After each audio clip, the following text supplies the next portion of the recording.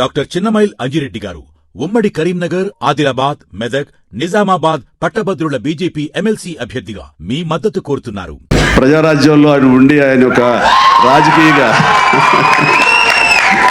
జై జై జై జనసేన. ప్రజారాజ్యం మారిపోయింది.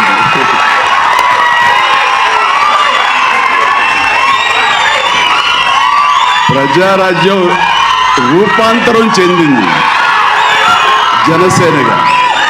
I'm very happy.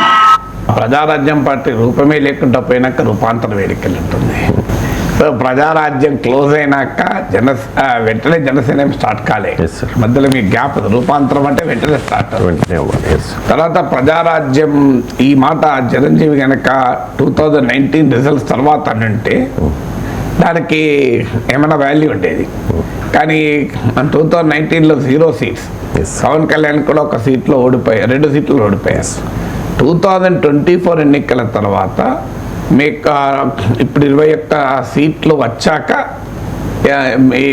ఇప్పుడు చిరంజీవి అంటున్నాడు అంటే జనసేన ఫెయిల్ అయినప్పుడు ఓన్ చేసుకోలేదు, సక్సెస్ అయినప్పుడు ఓన్ చేసుకుంటే అంటే కలవదు కదా. ప్రజారాజ్యం రూపాంతరం అంటే మళ్ళీ జనసేన కూడా రూపాంతరం చెందుతుందా? కొన్ని రోజులు జనసేన కూడా తీసుకెళ్ళి బీజేపీలో కలుపుతారా అనే క్వశ్చన్ కూడా వస్తుంది.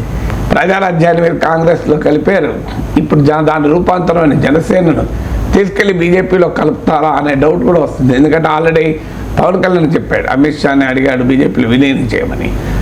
రోజు రోజుకు పవన్ కళ్యాణ్కు బీజేపీకి తేడా ఉండడం లేదు. మీరు రాజకీయ సైద్ధాంతిక భావజాలాన్ని చూపెట్టడంలో జనసేన బీజేపీకి ఒక రకంగా రూపాంతరంగా మారిపోతుంది. సో అందువల్ల ఈ బీజేపీకి రూపాంతరంగా మారి బీజేపీలోనే కలిసిపోతుందా అనేటువంటి అనుమానం కూడా రాకపోదు.